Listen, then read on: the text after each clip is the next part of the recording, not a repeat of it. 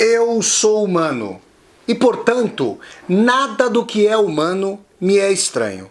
Assim falava o poeta e dramaturgo romano Terêncio, e assim falo eu, Flávio Ricardo Vassoler, escritor, professor e youtuber. E hoje, em mais uma resenha de livro aqui do meu canal do YouTube, Flávio Ricardo Vassoler, eu trago para vocês uma discussão a respeito dessa obra-prima da literatura alemã e da literatura universal, O Lobo da Steppe, Steppenwolf, do escritor alemão Hermann Hesse, obra de 1927, que contribuiu sobremaneira para que o Hermann Hesse ali fosse laureado com o Nobel de Literatura. Vamos fazer toda uma discussão sobre essa obra polissêmica, sobre essa obra extremamente filosófica, reflexiva, espiritual, crítica, densa, de uma literatura que acompanha as trajetórias de Harvey Haller, esse senhor ali, já passado dos 50 anos, esse solitário lobo da steppe. Vocês vão ver as várias analogias, as várias metáforas contidas na trajetória de Harvey Haller, menos analisada factualmente, apesar de o ser analisada factualmente, mas mais analisada visceralmente, existencialmente, com seus dramas, angústias e inquietações.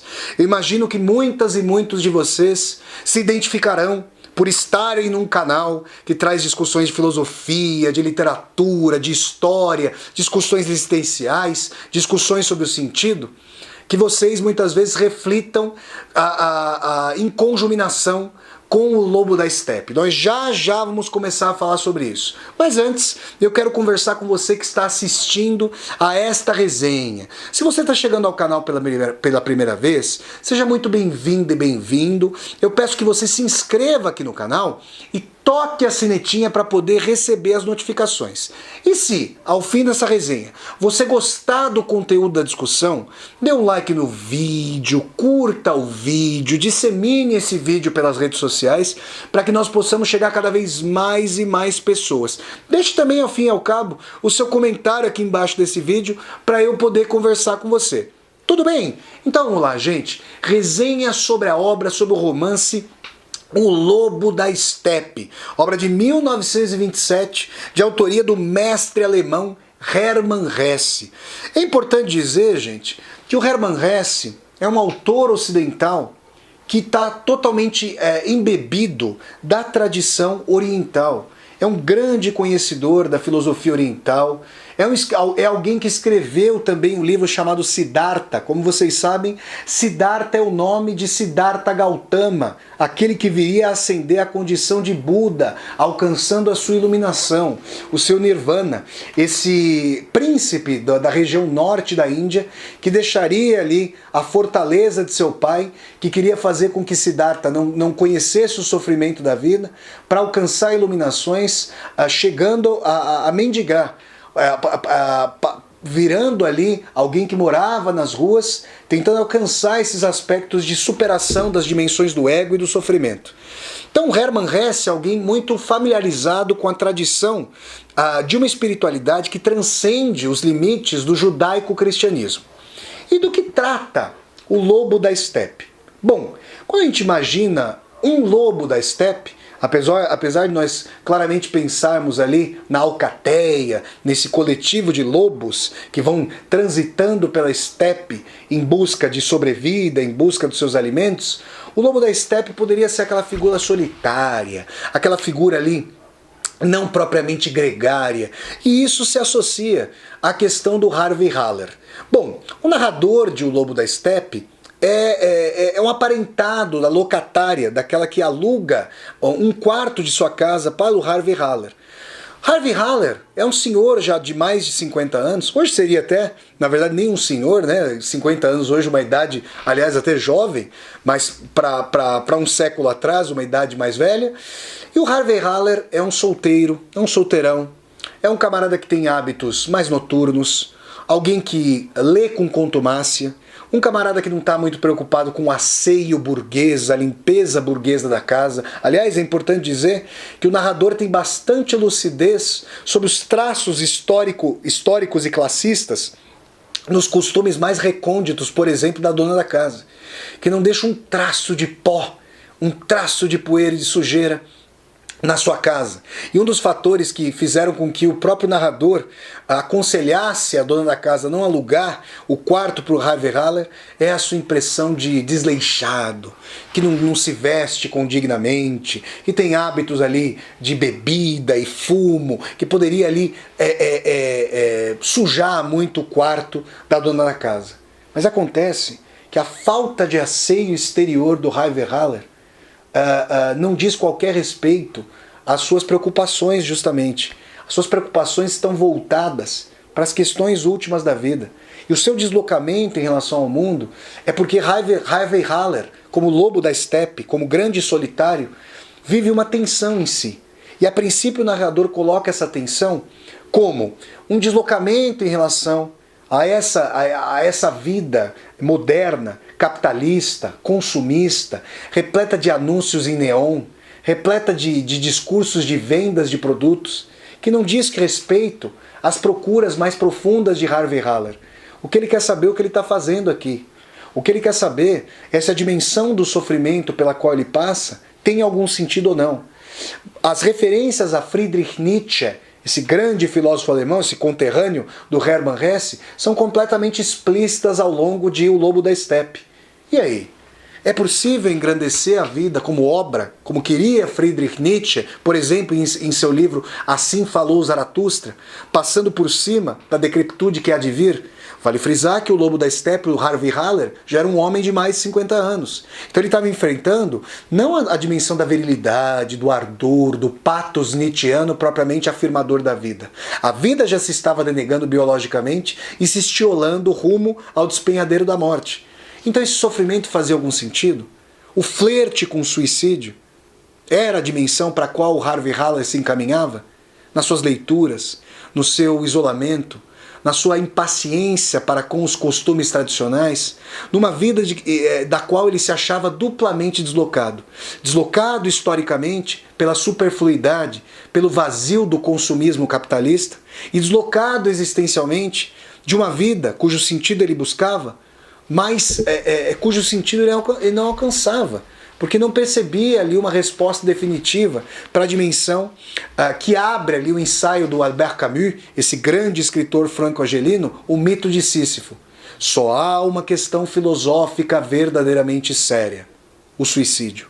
Saber se o mundo tem 3 ou 4 dimensões, resolver o mundo euclidianamente, na verdade, não toca ali o fundo mesmo da vida, que é olhar para os olhos vazios da caveira de Hamlet e responder à pergunta: ser ou não ser? Então, o Lobo da Estepe, essa expressão lobo, ela tem uma dimensão polissêmica. O lobo é aquele que é animal, que está imbuído da carnalidade sem consciência, que busca ali a satisfação dos instintos. Por outro lado, o lobo da estepe é alguém que peregrina a estepe não apenas por fome, porque não só de pão vive Harvey Haller, mas sim de toda a procura. E essa procura faz com que ele se aproxime de sua dimensão espiritual. Espírito, por espírito aqui eu não estou simplesmente falando sobre uma dimensão do espiritual em termos religiosos. Espírito, Geist do alemão, ali está vinculado à dimensão de um espírito, de uma dimensão de inteligência e de uma dimensão de busca de sentido. Harvey Haller como que oscila, essa é a primeira palavra do narrador, entre a sua dimensão de saciedade dos desejos. Ele até se irmana, ele até tem um caso com uma moça muito mais jovem, a leva ali para casa, flerta com ela, tenta consumar ali a sua dimensão de ardor e de amor, mas ao mesmo tempo tem essa procura inequívoca e se isola de tudo e de todos, porque não percebe que a realidade odierna, a realidade contemporânea pode saciá-lo ou abrir portas e ampliar seus horizontes para essa procura. Então, Harvey Haller oscila entre os polos do espírito e do corpo, da busca por sentido e do instinto, do desejo e das perguntas. Esses são os dois extremos em meio aos quais o lobo da estepe vai caminhando. Acontece que o narrador hessiano, o narrador de Hermann Hesse vai dizer que a vida está para muito além de uma dimensão dicotômica, de uma dualidade entre corpo e alma. Essa dualidade é extremamente esquemática e não dá conta de determinar ali a imensidão do espírito, não só do Harvey Haller, mas de todos e cada um de nós, de todas e cada um de nós. Por quê? Porque o que o narrador hessiano vai dizer, em afinidade com a filosofia oriental e nomeadamente com o budismo, é que essa dualidade é mais uma das ilusões. E que seria possível aquele que faz as perguntas corretas, aquele que faz a busca, transcendendo ali os limites embotados desse tipo de sociedade, e também as perguntas contumazes pela busca de sentido, entregando a uma dimensão de mistério, a uma dimensão de divindade, a essa dimensão de que o mistério fica por ela resguardado, e nós apenas confiamos e temos fé nessa consecução de desígnio. Ele vai dizer que o caminho de iluminação, um caminho ali de busca, implica justamente alcançar determinados estertores, determinadas dores, para fazer com que as perguntas sejam transvaloradas, ressignificadas. É muito interessante que uma personagem da idade do Harvey Haller se abra ainda para além de quaisquer dogmatismos, por uma busca incessante, que chega ao ponto de ter que passar pelo luto de toda a tradição religiosa, filosófica e humanista da qual ela se embebeu, para perceber que existem outras formulações de perguntas, por exemplo, vindas do Oriente, com o budismo, e outras possibilidades de resposta, ou possibilidades de resposta outras. É nesse sentido que quem lê O Lobo da Estepe, em diálogo com o romance Siddhartha, do mesmo Hermann Hesse, vai perceber que a história que eu contei rapidamente do Buda no início dessa resenha, e a qual eu vou fazer menção agora novamente, é fundamental. Alguém que tenha vivido mais inercialmente, alguém que tenha se entregado a uma dimensão de vida mais dada pelo exterior, dada como uma narrativa fora de nós do que propriamente para si, vai sentir uma dor, um luto quase intransponível, como se fosse ali um Everest diante de si, quando deparar, por exemplo, com uma perda de um ente querido, ou com um esvaziamento completo da própria vida, quando se perde um emprego, e aí se vai pensar, mesmo quando se estava no emprego, o que eu estava fazendo ali? Ou em meio a um casamento, ou em meio a uma relação de namoro ou amizade, na relação com os entes mais queridos. Essas dimensões, elas têm o potencial para fazer com que nós saiamos de uma dimensão ali inercial, de piloto automático, e nos vejamos confrontados com aquilo de que muitas vezes queremos fugir, ou que sequer queremos dimensionar como sendo existente. O Harvey Haller jamais se propôs a fuga desses parâmetros. Agora, ele descobre, em determinado momento do romance O Lobo da Estepe, que os seus parâmetros de pergunta, que a dor pela qual ele estava passando, era uma dor que o fazia girar em círculos. Havia a possibilidade, em estratégias meditativas, em dimensões de reconfigurações de perguntas, em dimensões que faziam com que ele olhasse a dicotomia entre corpo e espírito como uma antítese, quando na verdade o caminho das perguntas orientais e budistas fez com que o Harvey Haller pensasse se a dimensão do ego, se a dimensão do prazer, da busca pelo prazer, ou mesmo a dimensão asceta, rompendo com o mundo, sentindo algo como uma misantropia, não dava a dimensão de que era, na verdade, sempre o seu ego sendo alimentado. Eu digo isso porque o Siddhartha Gautama era um filho de príncipe. Jesus Cristo era filho do humilde carpinteiro José. Então Jesus Cristo parte de um local de muito mais sofrimento e privação do que Siddhartha Gautama, obviamente, que era filho de um príncipe, que vivia na bolha, no mundo à parte fantasioso da corte. Fantasioso porque não dizia respeito à maior parte das pessoas, à maior parte da vida dos homens e mulheres. Mas em determinado momento, quando Siddhartha consegue ali se esgueirar para além da corte e percebe como é a vida real, que não é apenas uma vida do sorriso postiço do palhaço. E por que eu falo do sorriso postiço do palhaço? Porque aquele e aquela que são condenados a sorrir, que tem o riso tatuado no rosto como uma cicatriz, são justamente isso, cativos do sorriso. Nós rimos por contraste, nós rimos por engrandecimento de algum momento ou realização. Nós sorrimos com alegria, com bonomia, e não propriamente porque isso permanece em nós. Geralmente a gente associa aquele que permanece rindo, que prossegue no seu riso, com uma pessoa completamente alienada de si, como um doidivanas, como um louco. Quando o Buda descobre que a subserviência dos seus criados era uma subserviência imposta, que o sofrimento lhe era desconhecido, que a dor lhe era desconhecida, que a própria dimensão de morte era tida para ele muito mais como uma ausência do que como uma ruptura e uma separação, Siddhartha Gautama percebe que a sua vida for uma antivida, que a sua vida for uma ruptura completa com todo tipo de vivência mais profunda. E é aí que ele vai querer encarar a vida numa decisão corajosíssima. Quantos e quantas de nós teríamos a decisão de Siddhartha Gautama de abrir mão do seu trono de sucessor, de príncipe, sucessor do trono, para que nós encarássemos a vida para além dos privilégios e proteções da corte? Pois é isso que ele faz, se despindo ali da sua vaidade, se despindo ali da sua sanha de privilégio e poder e lutando contra as dimensões do que ele chama de ilusões do ego, que a gente poderia chamar de narcisismo, ou dimensões de superfluidade, vontade de poder, vontade de realizações dos instintos sexuais ou do ímpeto de dominação dos demais. Quando Harvey Haller, o lobo da estepe, descobre que o seu isolamento tinha dimensões ali de pensamento de superioridade em relação aos demais, quando ele percebe que as suas perguntas giravam muito mais em círculos, com a dimensão de que ele vinha buscando, formulando perguntas e buscando respostas que, diante da impaciência de encontrá-las, o levavam ali à luxúria, o levavam à tentativa de, por exemplo, o naufrágio no alcoolismo, no fumo ou na sexualidade. E sem que isso, não estou aqui julgando esses aspectos como odiosos. O que eu estou querendo dizer é que a dimensão de elevação do Harvey Haller vem justamente com a exaustão dos parâmetros de pensamento que ele já dominava.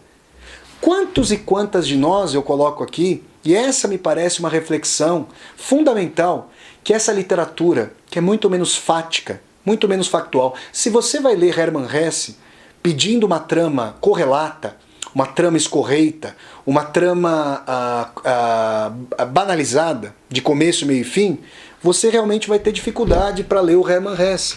Agora, se você é uma pessoa questionadora, se você é uma pessoa que não está satisfeita ou satisfeito com os parâmetros da sua própria vida ou da vida que é oferecida a nós, se você tem muitas dúvidas, e eu não digo que você possa ou não, que você tenha ou não uma espiritualidade, ou que você se coloque essas questões. Mas se você é uma pessoa que tem abertura para a formulação de novas questões, que tem curiosidade antidogmática por excelência, para se propor novas investigações, se você duvida e faz com que a dúvida, o ceticismo, se volte contra a própria dúvida, é interessante perceber a trajetória de um leitor contumaz, de um intelectual, de um senhor misantropo, solitário, que, no momento ali de mais dor, tentando significar as suas angústias, se abre para uma nova linha de perguntas e tem aquilo que a tradição, quando nós acompanhamos a vida dos santos, quando nós acompanhamos a vida dos apóstolos, quando nós acompanhamos a vida de pessoas que passam por conversões espirituais, não precisamente ou não especificamente para essa ou aquela religião, mas no sentido de ampliar o horizonte de perguntas e necessariamente de respostas, nós encontramos uma figura como Harvey Haller que, da solidão da sua misantropia, do seu deslocamento social, vai buscar se irmanar aos demais, ou vai buscar tentar reformar a si próprio, entendendo as suas contingências, dificuldades e peculiaridades, porque justamente alcançou um ápice de dor e sofrimento, como aconteceu ali com o Siddhartha Gautama, ao descobrir que a sua vida havia sido uma antivida, ilusória, como que um palco de marionetes, um teatro, ao qual ele fora coagido muitas vezes por amor por parte dos seus progenitores, mas um amor ali que o mimava, que o impedia de observar as agruras mesmas da vida. Então quero dizer a vocês que a trajetória do Harvey Haller me é muito simpática e parece que é muito interessante para todas e todos vocês que estão assistindo a essa resenha. Por quê? Porque se um dia e se é que já não aconteceu isso para você, se um dia você chegar a um momento de virada, e ainda que você não perceba que esse momento de virada possa vir, aquela dimensão de encruzilhada, todas as pessoas que já depararam com uma encruzilhada sabem que o único caminho linear, retilíneo, em face de uma encruzilhada é o caminho de volta. Só que se você já chegou a uma encruzilhada, esse caminho de volta já não existe mais. Porque você não volta de uma encruzilhada, e uma encruzilhada aqui menos física do que existencial e agônica, para de onde você veio. Você não volta para lá. Porque você foi levado até a encruzilhada, ainda que você não quisesse ter chegado até ali. Isso significa que a dor agora precisa ser extirpada, é o que você sente. Todos nós que já passamos por crises lancinantes, já sentimos isso. Aliás, encruzilhada tem no seu coração, no seu útero, no seu seio, a palavra cruz. E a raiz da palavra crise remete à cruz. E a raiz da palavra cruz remete à crise. Então vocês percebem? É preciso desviar o caminho para suplantar a encruzilhada.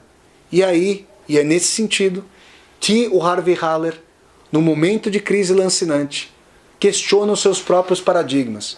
E Hermann Hesse vai sugerir que a dimensão ocidental, uma dimensão que fez preterir várias dimensões do ser em função do consumismo, em função de um pragmatismo científico de meios com vista a fins, querendo reduzir o humano e o ser à sua condição biologizante, à sua condição de dominador da natureza, numa dominação, e hoje a nossa época mostra isso com muito mais força do que há um século, quando Hermann Hesse escreveu O Lobo da Estepe, numa dominação da natureza que se reveste como dominação de nós mesmos. Nós, criadores, somos vítimas das criaturas, das nossas descobertas, que agora numa dinâmica de superfluidade e de sanha de consumo e produção, nos escraviza. Então, Hermann Hesse, nesse romance sumamente existencial, nesse romance sumamente indagador, nesse anti-romance em termos de factualidade narrativa, vai acompanhar as perguntas e dores do Harvey Haller, o Lobo da Estepe, para que nós mergulhemos nessa narrativa caudalosa, nessa narrativa lancinante, nessa narrativa que é muito mais uma sucessão em cascata de perguntas e desestabilização dos nossos parâmetros de vivência no Lobo da Estepe. Se você que está assistindo a esse vídeo já teve curiosidade para tomar um chá de cipó chamado ayahuasca, eu peço que você pesquise a respeito disso. Eu já participei, né, de cerimônias do Santo Daime ou da União do Vegetal, ou mesmo em locais menores, e a experiência com ayahuasca, eu estou citando isso porque a experiência com ayahuasca para mim teve muito próxima da dimensão de expansão do espaço e do tempo, como fusão espaço-tempo, durante a leitura do Lobo da Estepe. A leitura desestabilizadora, a leitura que rompe a dimensão de uma descrição paulatina, concreta, de lugar, de tempo, essa dimensão que procura raízes do ser, foi muito próxima da desestabilização benéfica e expansora do ayahuasca. Então, se você tem curiosidade, acompanhe as discussões sobre o ayahuasca feitas pelo neurocientista Siddhartha Ribeiro. Vejam, tem o mesmo nome do Siddhartha Gautama e da personagem do Hermann Hesse. O Siddhartha Ribeiro é um neurocientista brasileiro que faz uso do ayahuasca, desse chá, e toma isso de maneira benéfica tanto para as constituições neurais quanto para as buscas filosóficas. Você que vai ler, ou que já leu, ou que vai reler esse belíssimo romance O Lobo da Estepe, fique aqui com as minhas considerações, que foram muito mais indagações, perguntas, perquirições, percepções de que Hermann Hesse é um autor que destoa. Olha, eu tendo a dizer que é um grande revolucionário literário e espiritual, um grande iconoclasta, porque a sua obra literária é uma obra literária de uma densidade de quem sofre, de uma densidade de quem pergunta, de uma densidade de quem, mesmo encontrando respostas, não vai se satisfazer com o horizonte daquilo que foi encontrado. É como se cada pergunta fosse já a formulação cada resposta fosse já a formulação de uma nova pergunta. Então, gente, essa foi a resenha do grande O Lobo da Estepe, obra de 1927, do escritor alemão Hermann Hesse, esse escritor e espiritualista alemão. Quem lê, eu garanto, O Lobo da Estepe, ou quem o relê, vai ter uma desestabilização. Aquelas pessoas que são eminentemente fechadas para as quaisquer considerações existenciais ou espirituais vão rechaçar o livro. Mas se você tem suma curiosidade, se você, ainda que com muita dúvida, quer se aproximar pela sua curiosidade, porque quer a dimensão de que pode ser que aquilo que é dado não o seja, de que o real tenha fronteiras de muita expansão, vai gostar muito de O Lobo da Estepe, de Hermann Hesse.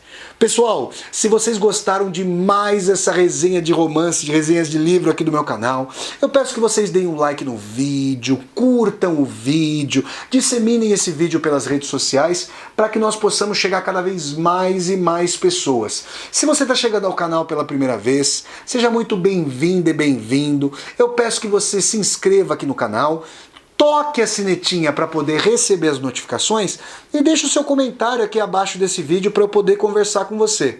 E mais, logo abaixo desse vídeo você vai ver uma tecla chamada Seja Membro. Se você se tornar membro aqui do meu canal, você vai poder contribuir financeiramente nas 4 faixas de membro humanistas que há, para que eu dê continuidade às aulas ao vivo, às resenhas de filmes e às resenhas de livro. Isso para não mencionar as leituras que eu faço aqui de grandes obras de autores e autoras. Então, gente, é isso aí. Convido vocês a sempre assistirem as resenhas de livro aqui do meu canal, pessoal, que acontecem todas as quintas-feiras, às 8 horas da noite. Um abraço a todos, gente. Tchau, tchau.